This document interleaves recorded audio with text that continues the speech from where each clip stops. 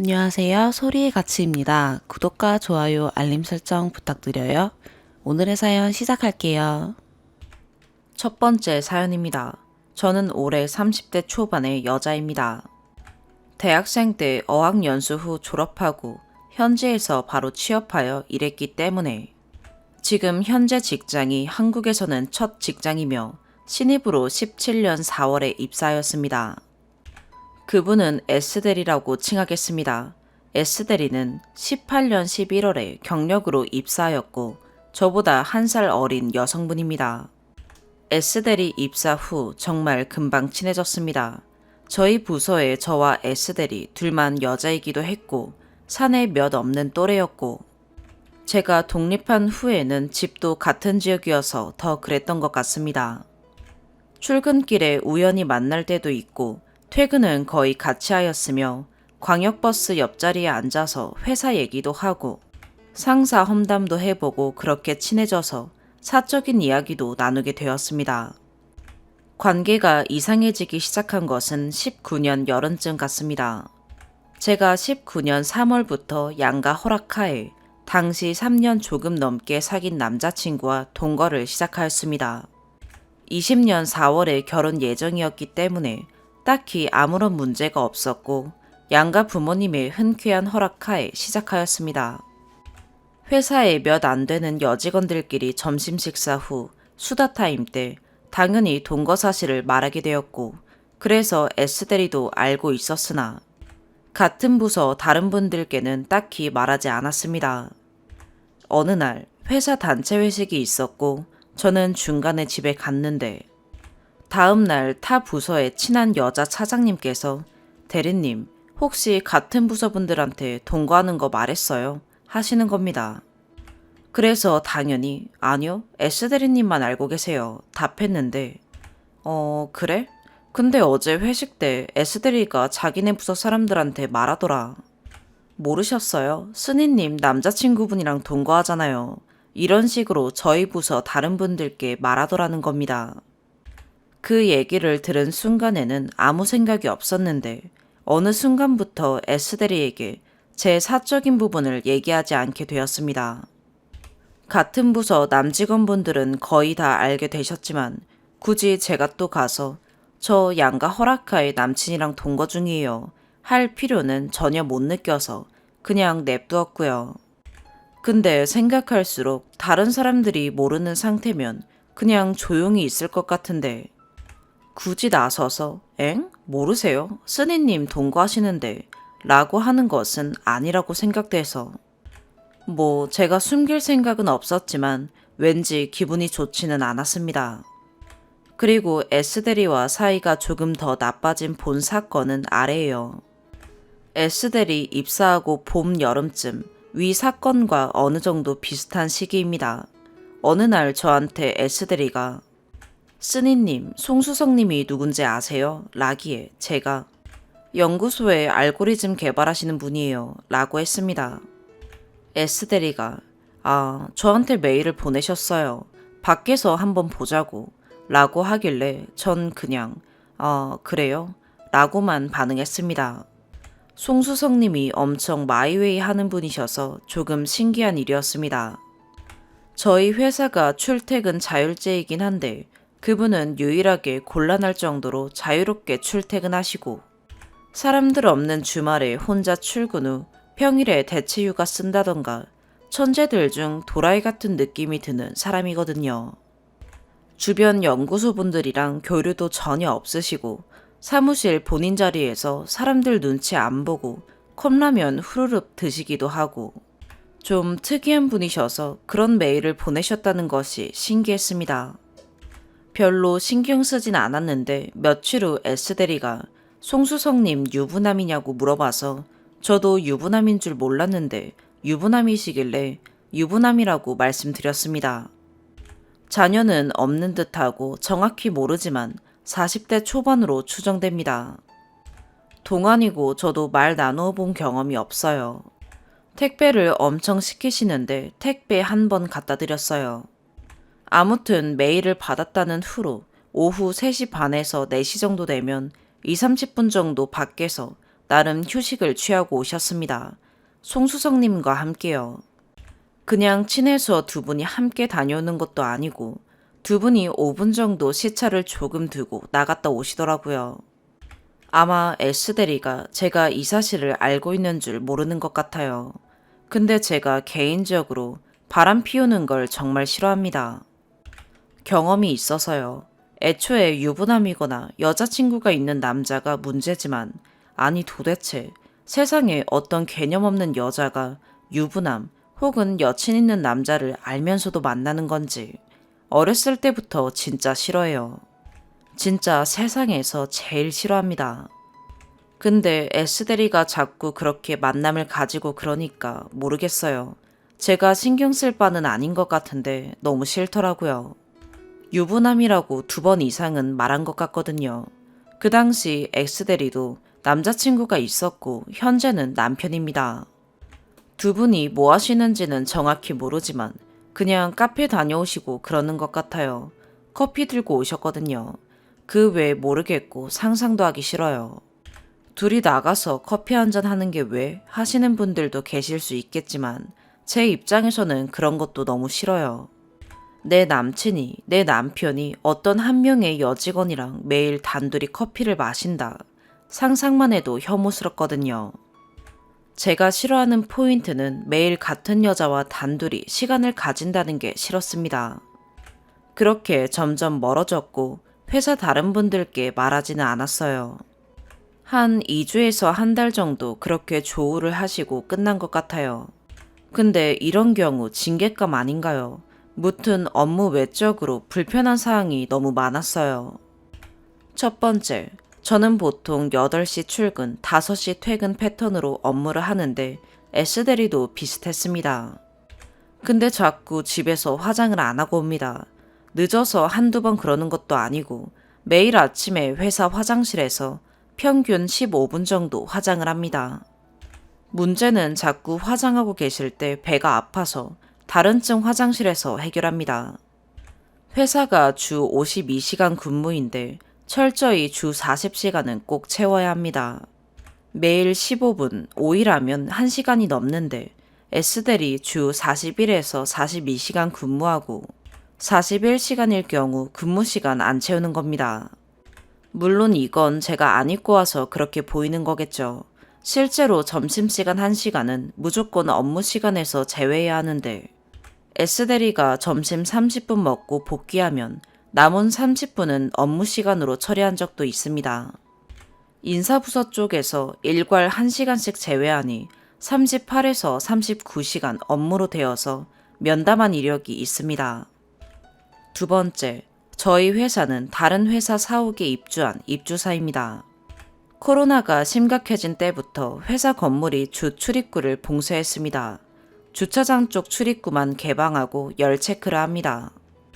주 출입구는 마을버스 정류장 바로 앞이고 주차장 쪽 출입구는 정류장에서 코너 하나를 돌아야 합니다. 어느 날부터 건물주 회사 설비팀에서 화단을 넘어서 퇴근하지 말라고 몇 차례 경고를 하는 겁니다. 회사에서 공지 메일도 보낸 기억이고 여직원들끼리는 구두상으로 몇 번 말했습니다. 저는 당연히 안 넘었고 넘을 생각을 해본 적도 없어요. 그런데도 누군가 계속 화단을 넘어 퇴근을 하였고 이에 화가 난 건물주 회사는 한 명을 지하의 CCTV 화면이 엄청 많은 곳인 상황실로 오라고 불렀습니다. 어쩌다 제가 불려갔고요. 근데 CCTV 녹화 장면을 보니 범인은 S대리였습니다. 여직원끼리 화단 넘지 말라고 하면 네 해놓고 뻔뻔함에 극치였어요. 설비팀에서 저희 회사가 있는 층에 저희 회사 입구에서 범인이 나오는 장면부터 보여줬습니다. 사무실 입구에서 나와서 엘리베이터를 타고 엘리베이터 안 CCTV도 보여주고 1층 게이트에 나와서 화단을 통해 퇴근하는 모습이 정말 적나라하게 다 찍혔습니다. 하루 이틀이 아니더군요. 아무튼 다 보고 누군지 알겠네요. 죄송합니다. 앞으로 넘지 않도록 말씀드리겠습니다. 라고 대신 사과드리고 올라와서 경영관리부서에 S대리라고 말씀드리고 경영 쪽에서 S대리를 불러서 말씀드렸는지 어쨌는지는 잘 기억이 안 납니다. 정확히 기억나는 것은 제가 불려갔다 올라오니 사람들이 무슨 일인지 궁금하잖아요. S대리 사수가 S대리한테 왜 그러는 거야 하니까 S대리가 했던 말이 가관입니다. 몰라요. 뭐 저런 것 때문에 그러지? 이런 식으로 대답하더라고요. 당연히 저에게 사과는커녕 미안해함도 느끼지 못했습니다. 이 사건뿐 아니라 뭔가 행동에 양심이 없어요. 세 번째, 남자친구의 사업이 안 좋아지고 경제적 손실이 생겨 20년 4월 예정이었던 결혼식을 미루게 되었습니다. S대리는 입사 후 한 달 정도 지나고 남자친구가 생겼는데 그래서 그런지 저에게 결혼에 관련한 질문을 꽤 했습니다. 참고로 경제적으로 안 좋아서 미룬 거였습니다. 안 그래도 안 좋게 미루어진 결혼이고 여직원들도 대충 이유를 알아서 안 물어보는데 눈치가 없는 것인지 계속 결혼 관련 질문을 하더라고요. 그리고 저와 친한 다른 여직원분께 쓰니님이 저보다 먼저 결혼하셨으면 좋겠어요 라고 했다고 하는데 그게 무슨 의미인지는 아직도 모르겠어요. 19년 9월에 제주도에서 셀프 웨딩 촬영 해보았는데 후기 알려달라더니 본인은 20년 봄쯤 제주 스냅 하셨더라고요.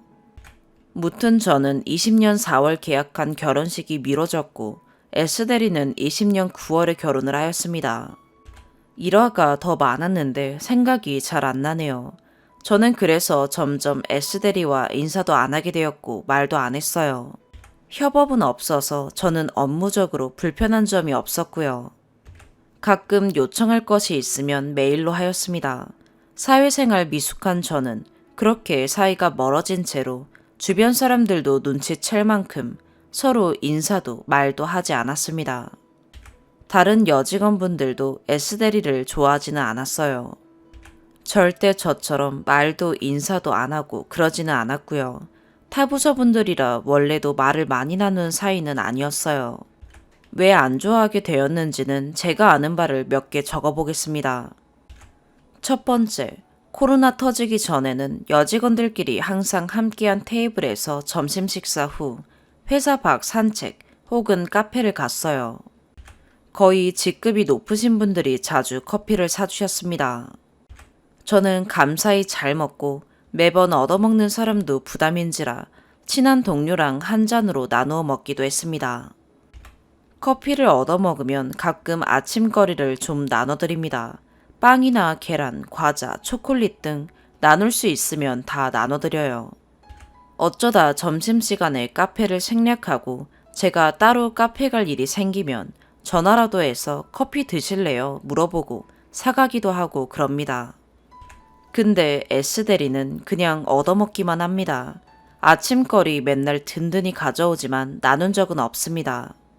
점심 같이 먹고 카페 안 가면 S대리는 혼자 무조건 카페를 가고 그냥 자기 거만 사옵니다.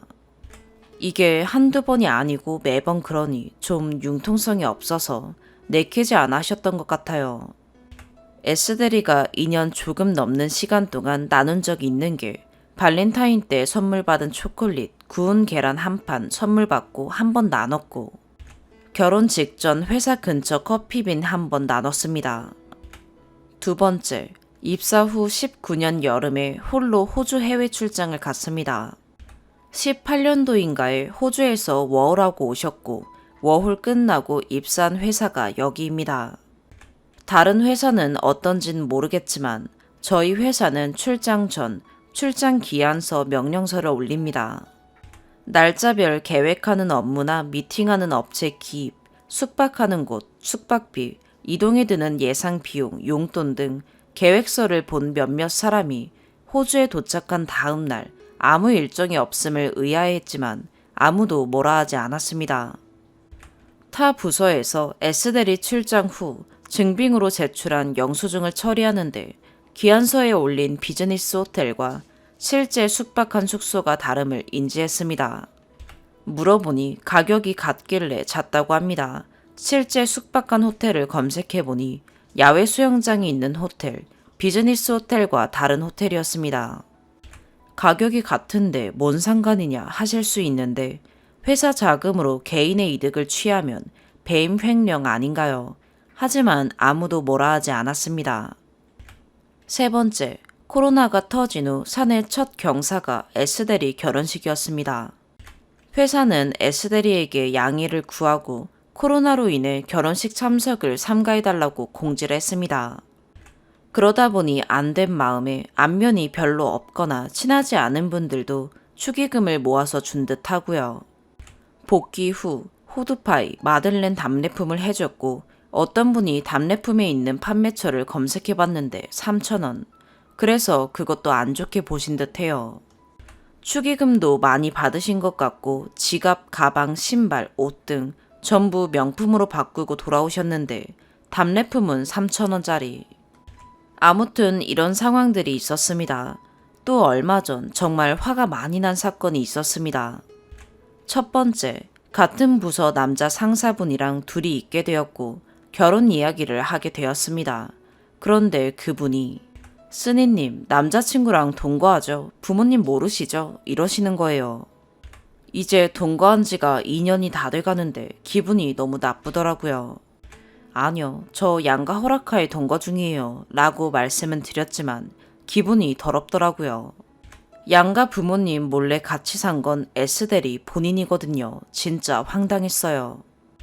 두 번째, 21년 연봉 협상을 하는데 저는 코로나로 인해 회사가 좋지 않았으니 연봉이 동결일 것 같다고 예상했기 때문에 제안원 연봉이 올라서 간단히 마무리 지었습니다. S대리는 며칠에 걸쳐 하더라고요. 그러더니 부사장님께서 연봉 협상이 진작 끝난 저를 다시 부르시는 겁니다.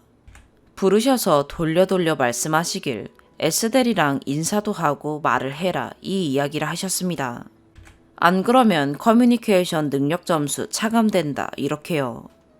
그래서 황당했지만 공과 사는 구분해야 함을 모르진 않아서 생각을 좀 정리해서 S대리의 사수에게 면담 신청을 하였습니다.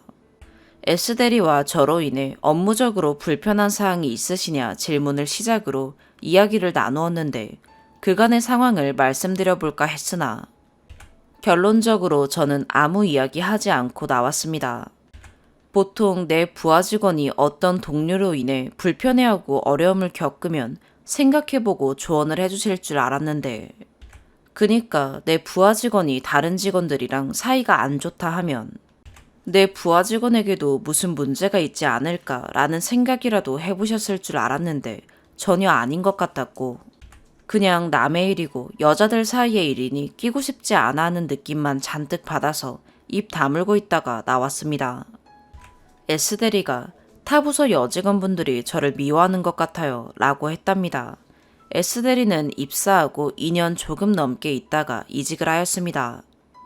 그래서 뭔가 직접 풀어서 해결한 것은 아니고 해결이 되었습니다.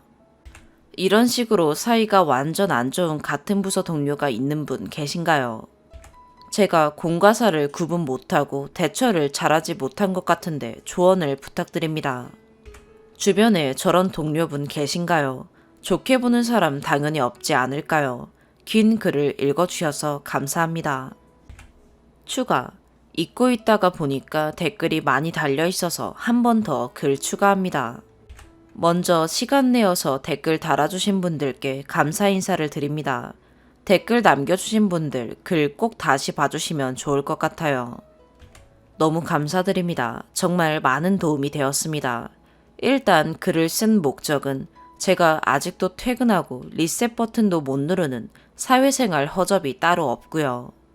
이것저것 신경 쓰이는 일도 많아서 조언을 구하고 싶기도 했고 실제로 주변에 혹은 회사에 저런 사람이 어딜 가나 꼭 한 명씩 있는지 궁금하기도 했습니다. 글에는 다 쓰지 못했지만 제가 S대리 때문에 스트레스를 많이 받아서 도대체 내 인생에 저런 인연이 왜 있지? 라고 생각할 정도였어요. 무튼 이런저런 댓글 다 읽어보았습니다. 덕분에 많은 조언 얻은 것 같습니다. 제가 나이는 30대이지만 한국에서 사회생활은 처음입니다. S대리 같은 사람도 난생 처음 겪어봅니다. 바람을 피우든 말든 왜 신경 쓰냐는 댓글은 제 입장에서는 큰 충격입니다. 주변에 바람 피우는 사람 있어 본 경험 있으시면 그런 말씀 못 하실 것 같아요. 그게 뭐 어때서가 아니고 겪는 사람은 인생의 제일 큰 상처고 가정의 파탄까지 초래하는 일입니다. 저한테 피해주는 일 아닌 것은 사실이지만 제가 그런 일을 겪어보았기 때문에 정말 혐오하는 인간류여서 그랬던 것 같습니다. 그리고 감시한 건 전혀 아니고 회사가 근태관리 프로그램도 만드는 회사이다 보니 판매하기 위해서는 소프트웨어 테스트는 필수이고 같은 팀원의 근태가 제가 보기 싫어도 대시보드에 자세히 다 나옵니다. 어느 문으로 출입했는지, 몇 시 몇 분에 했는지, 어떤 인증 방식으로 했는지 등등이요. 읽은 댓글 중 회사에서 친구 사귀려고 하지 마세요 라는 댓글이 너무 확 와닿고 도움이 많이 되었습니다. 완전 감사드립니다. 앞으로의 회사 생활에도 이직 후에도 제 인생에도 많은 도움이 될 것 같아요. 그리고 인신공격 댓글은 기분이 별로네요. 제 남자친구가 망해서 결혼을 미루었지 제가 망한 건 아닙니다. 30대 초에 혼자 대출 없이 아무 도움 없이 서울에 전셋집 구하고 가전제품 가구 다 사실 수 있으세요. 차도 살 수 있으세요. 그런 댓글 다르신 분들 중에는 없으실 것 같네요.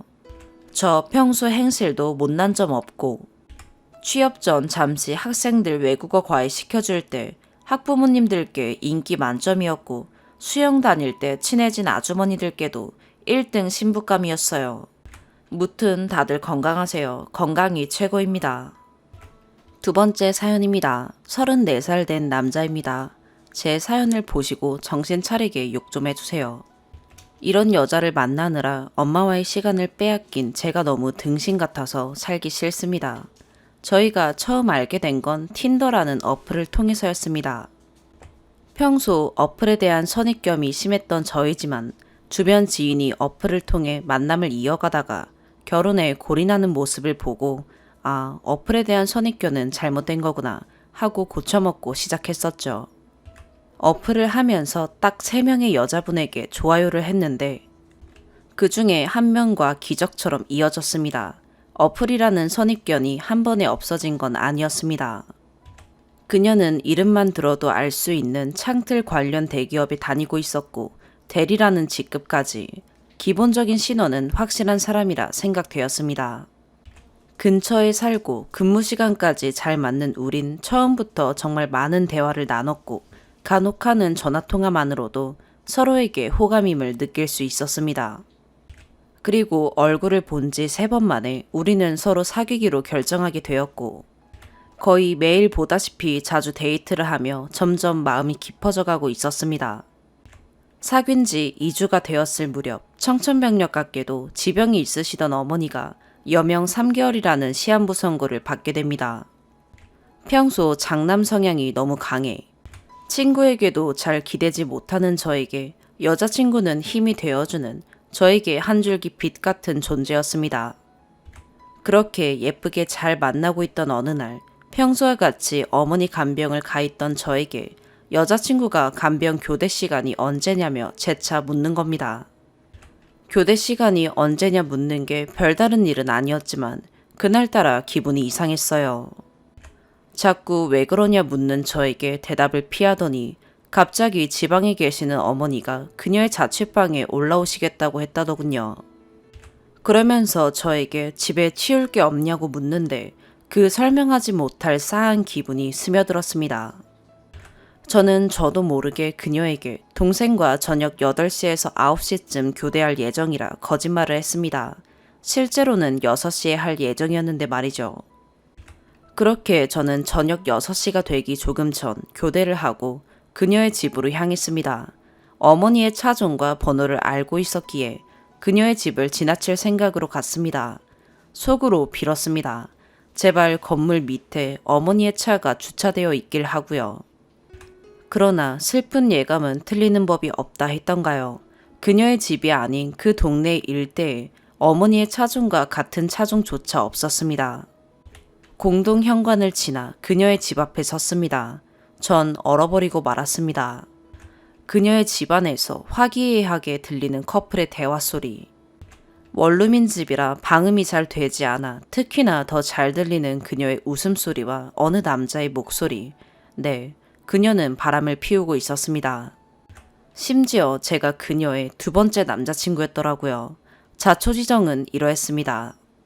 절 만나기 2달 전쯤 절친한 친구에게 소개받은 남자가 있는데 지방에 살고 너무 바빠 주말에 가끔 보는 정도였다. 그러다 보니 외로움을 너무 많이 타서 어플을 했고 그런 외로움을 달래줄 저를 놓지 못했다고요. 그러나 그 사람은 워낙 스펙이 좋아서 결혼할 상대라 느껴졌고 전 그 사람보다 스펙은 안 좋지만 외로움을 달래주었다고요. 잠자리 등은 전혀 없었고 오히려 오빠에게 집중했다고요. 정말 어찌할 바를 모르겠더라고요. 그러나 이미 제 마음은 꽤나 커진 뒤였고 그 사람을 깨끗이 정리 후 저에게 집중하겠다는 그녀의 말을 믿기로 했습니다. 외로움이 많다는 이야기를 꽤 많이 했었고 그럴 수 있겠다고 그녀를 믿기로 결정해버린 거죠. 지금 생각해보면 전 이때 그녀를 끊어냈어야 했습니다.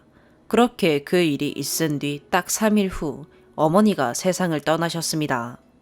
저, 동생, 어머니 이렇게 딱 3가족이 살던 터라 어른 없이 지내야 하는 장례식은 정말 어렵고 힘들고 외로웠습니다. 그런 제 상황에 여자친구는 3일간 제 옆에 붙어서 죽 등을 매일같이 챙겨주는 천사 같은 여자친구였습니다. 그 뒤로도 심적으로 너무 힘든 절 위로하며 전 그녀의 집에서 반동거를 시작하게 되었고 우리는 언제 그런 일이 있었냐는 듯 다시 애정을 키워가고 있었습니다. 그러던 어느 날 코로나로 인해 바깥 데이트가 힘들어 평소와 같이 퇴근 후 저녁과 함께 반주를 즐기던 그날 여자친구는 그날따라 술을 제법 많이 마셨고 꽤 많이 취해 보였는데 갑자기 저에게 사실 자기는 그리 좋은 사람이 아니라며 본인에 대해서 알아야 한다는 겁니다.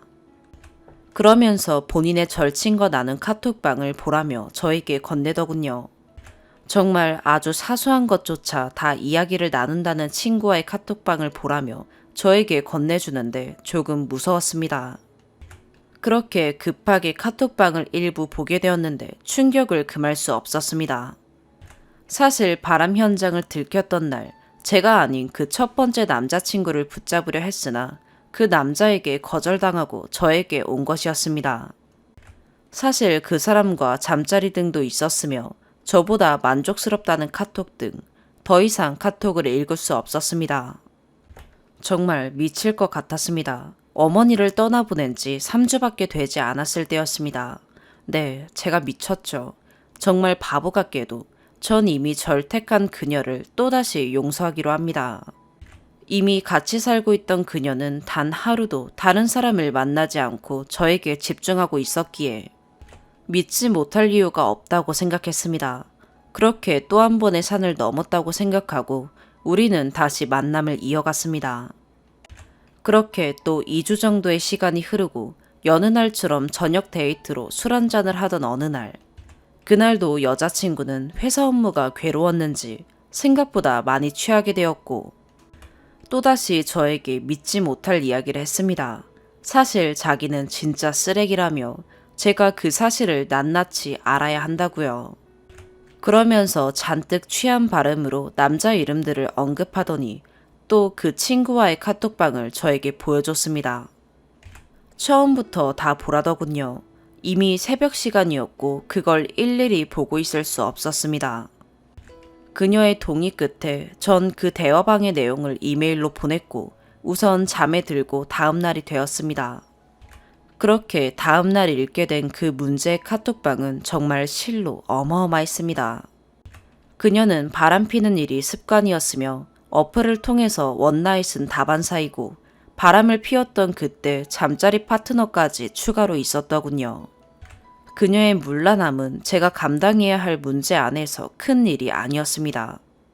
저를 위로한답시고 찾아왔던 장례식을 치르던 그때 그녀는 뒤에서 부담스럽고 힘들다. 다 때려치고 놀고 싶거든. 저 잠자리 파트너 같은 사람을 만나서 가볍게 놀 거다. 소개팅이나 겁나 할 거다. 라는 이야기를 뒤에서 하고 있었습니다. 제 앞에선 세상 가장 슬픈 표정과 미안한 표정을 짓고 있었는데 다 거짓이었습니다. 심지어는 저희 집을 이혼가정이다, 시댁이 없다, 제 스펙이 구리다 등으로 폄하하고 있었습니다. 정말 너무 화가 났습니다. 날 욕한 것도 모자라 이른 나이에 떠나보낸 어머니라 너무 큰 슬픔을 여전히 어쩌지 못하고 있는데 그런 어머니를 보내는 자리에서까지 그러고 있었다니 정말 미칠 것 같았습니다. 정말 누군가의 인생을 끝내게 한다면 이런 기분일까 싶을 정도의 분노가 느껴졌습니다. 그렇게 며칠의 시간을 고민했습니다. 이때부터 그녀의 가스라이팅이 심하게 드러나기 시작했습니다. 어느새 그녀는 그런 사실이 당당해지고 있었습니다. 전 그런 그녀 앞에 작은 사람이 되어 있더군요. 대기업에 다니는 그녀, 제법 괜찮은 집안의 그녀, 모든 것이 비교되어 보였고 자존감 하나로 똘똘 뭉친 저였는데 어느새 아주 작은 사람이 되어 있었습니다. 네, 등신같이 전 그런 그녀에게 휩싸여 또 그녀를 용서하기로 합니다. 그 뒤로 저 또한 그녀에게 무조건 잘한 것만은 아닙니다. 대기업에 다니는 그녀였고 재력을 많이 보는 터라 기가 죽어 제가 빚을 갚아가고 있다는 사실을 뒤늦게 말했고 4년 전쯤 대기업에서 계약직으로 이직 제의가 왔었는데 그걸 마침 지금 있는 일인 척 거짓말을 했었습니다. 그 사실을 그녀가 알게 된 후 그날 저녁부터 다음날 연차를 사용하고 재택근무를 하는 그녀에게 제 메신저, SNS, 계좌 내역까지 모든 걸 탈탈 털어서 보여주었습니다. 그녀의 의심을 해결하기 위해서 마지막 남은 제 가족인 동생에게 진짜 못할 질문까지 던져가며 그녀의 의심을 해결해 주었습니다. 그러나 그녀는 거짓말을 할 때마다 핸드폰을 보여주기 싫다며 화를 내기 일쑤였죠. 그 뒤로 그녀는 점점 더 저에게 심하게 굴기 시작했습니다. 나와 결혼하려면 적어도 나보다 2천만 원은 더 벌어야 한다. 근데 넌 스펙이 부족하다. 연봉이 부족하다. 퇴근 후 투잡을 해라. 학위를 취득해라. 영어 공부 좀 해라. 매일같이 절 옥죄었습니다. 처음엔 저에게도 발전이 있을 거라 생각하고 좋은 조건이라 생각하려 했지만 나날이 늘어가는 핍박은 견디기 힘든 수준에 이르렀습니다. 심지어는 본인은 원래 지난 연애 이야기하는 걸 좋아한다며 저에게 본인의 그 문란했던 과거의 남자들을 저에게 설명했습니다. 심지어 어머니 장례식에서 친구와 이야기하던 그 잠자리 파트너와의 이야기까지 말이죠. 수차례 부탁했습니다. 제발 내 앞에서 그 이야기 좀 하지 말라고요. 그러나 그녀는 멈추지 않았습니다. 저희 관계는 이미 파국에 치닫는 듯 했습니다. 남자 문제를 그렇게 만들고도 제 앞에서 그런 이야기를 늘 했고 그럴 때마다 저흰 긴 말싸움을 했습니다. 그러나 언제나 제가 미안하다고 해야만 그 싸움은 끝이 났고 등신같이도 전 뭐가 미안한 줄도 모른 채 미안하다며 대화를 끝내기 바빴습니다. 그러면서도 질투가 정말 심해서 제 전 연애를 듣고 싶다고 해달라고 바득바득 우기기에 해줬다가 화가 난다며 술에 취해 제 팔에서 피가 나고 시퍼런 멍이 들 정도로 절 손찌검까지 했습니다. 전 평소 운동을 한 탓에 평균 남자보다 조금 큰 덩치를 가졌고 그녀를 말리기 위해 손목을 잡고 그만하라고 했으나 이것도 폭력이라는 말에 그저 당하고만 있었습니다. 그렇게 그녀에게 육체적 폭력까지 당한 뒤로 정말 크게 현타가 왔습니다. 이게 정말 정상적인 연애가 맞나 싶더군요. 그 뒤로는 본인이 본인의 몸을 치고 깨물면서 제가 했다고 신고할 거라고 하고 겨우 달래서 집에 갔더니 3층에 사는 그녀가 베란다로 뛰어내리겠다는 등 극단적인 시도를 하며 협박하기에 이르렀습니다. 정신적으로도 점점 피폐해지고 하다하다 육체적 폭력에 협박까지 그 뒤로도 제대로 사과조차 받지 못했습니다. 그냥 단순히 미안하다는 말, 뭐가 어떻게 미안한지 물으면 도리어 답답하고 대화가 안 된다는 말. 저는 그렇다 치고 떠나간 엄마 앞에서 한 잘못이라도 사과받길 원했는데 전혀 그렇지 않았습니다. 너무 화가 나서 용서하고 싶지 않아 변호사 사무실에서 법적 상담을 받고 왔습니다. 폭력, 협박건으로요. 그녀에게 법적 책임을 묻고 싶어도 그냥 착하게 살라는 엄마 말처럼 용서하고 제 일상으로 돌아가는 게 맞는 것 같기도 하고 어쩔지 모르겠네요. 저에게 쓴소리 좀 해주세요. 부탁드립니다. 피가 날 정도로 물리고 팔뚝에 피멍이 들었습니다. 진단서 보유하고 있고 본인이 본인을 해코지하며 제가 한 거라고 할 거라고 한 영상도 있고요. 헤어지자 하니 극단적인 시도하겠다고 협박한 것도 있습니다. 관련해서 변호사 사무실에서 상담은 이미 받았습니다. 마음 같아서는 모든 걸 오픈해버리고 싶네요. 회사도 이름도 직급도요. 세 번째 사연입니다. 진짜 수백 번 고민하다가 글 올려봅니다. 제가 사는 집 윗집에 작년 초인지 새로 이사 온 사람이 있습니다. 얼마 전에 부동산에 가서 우연히 들은 얘기로는 저희 윗집에 가수인 아내와 남편이 산다는 겁니다. 한 1년 전부터인가 윗집에서 쿵쿵거리기 시작하더라고요. 저희도 아기를 키우는 집이다 보니 처음에는 이해를 했습니다. 문제는 단순히 쿵쿵거리는 걸로 끝나는 게 아니라는 겁니다. 낮 시간이나 적어도 밤 10시 전까지는 이해를 하려고 했습니다. 그런데 문제는 새벽 1, 2시에도 고래고래 소리 지르며 노래하고 드럼을 치는지 런닝머신을 하는지 모르겠지만 일주일에 평균 3, 4회를 새벽 늦은 시간까지 심각하게 소음을 일으키는 겁니다. 저희도 참고 참다가 소음이 정말 너무 심해서 정말 못 참을 정도일 때 경비실을 통해서 너무 시끄럽다고 윗집에 연락 좀 해달라고 한 번씩 연락하곤 합니다. 사실 참고 참아서 신고하는 게 벌써 1년이 되어갑니다. 올해 설 연휴에는 윗집에서 쪽지를 문에다가 붙여놨더군요. 자기네가 생업 때문에 시끄러운데 조심할 테니 이해해달라고요. 그 당시만 해도 유튜버인가 보다 했습니다. 근데 유튜버이고 뭐고 간에 본인들 생업만 생업인가요? 저는 평범한 회사원입니다. 저도 생업 때문에 적어도 밤 늦은 시간에는 잠을 자야 다음날에 출근을 합니다. 저희 집 아기가 이제 갓 만 2살이 넘었습니다. 윗집에서 밤늦게 노래를 부르고 고성방가를 할 때면 어렵게 재운 아기가 윗집 소음 때문에 놀라서 울면서 깹니다. 소리를 지르면서 노래를 부르고 쿵쾅거릴 때면 아기가 울면서 깨는 게 일주일에 2~3번씩 다반사입니다. 저희 가족 모두 너무 스트레스 받고 아주 노이로제가 걸릴 지경입니다. 참고 참다 너무 억울하고 답답해서 글을 올렸습니다. 아파트에서 살면 공동주택에서 사는 사람들이면 최소한의 서로 지켜야 할 예의가 있다고 생각합니다. 뒤늦게 부동산을 통해서 윗집 사는 사람들이 가수라는 걸 듣고 정말 더 화가 나더군요. 본인들이 노래를 부르고 악기를 연주하고 홈트를 하고는 본인들 자유입니다. 다만 적어도 일반 주택도 아니고 공동 아파트 생활을 한다면 윗집 아랫집이 서로 예의 있게 배려하는 게 맞지 않을까요? 본인들 생업이니 이해해달라고 하면 밑에 집에서 그 소음에 고통받고 사는 사람들은 그냥 견뎌야 하는 건가요? 노래를 부르고 연습을 하고 싶다면 일반 가정집에서 남들한테 피해 줄 게 아니라 연습실을 가서 해야 하는 게 예의 아닐까요? 저희 가족은 무슨 잘못이 있어 1년 넘게 이렇게 스트레스를 받으면서 살아야 합니까?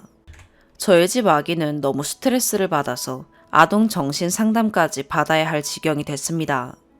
연예인이 윗집에 살면 밑집에 사는 일반인은 그 소음과 고통을 당연하게 감내하면서 살아야 하는 건가요? 본인들이 생업을 하다 보니 이해달라가 정답인가요?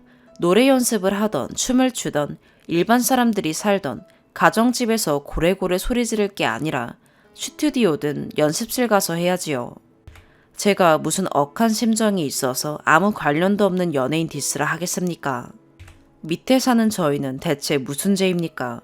정말 억울하고 속상하고 화나서 장문으로 남겨봅니다. 이렇게 시끄럽게 할 거면 개인주택에 사시던지요. 예능에도 나오신 것 같은데 당신들이 촬영이든 생업이든 이유로 층간소음을 일으킬 때 저희 가족은 밤늦게 울리는 쿵쾅 소리와 고성방가 소리에 저희 부부뿐만 아니라 아기는 점점 힘들어하고 지쳐가고 있습니다. 정말 정신적인 스트레스가 이만저만이 아닙니다.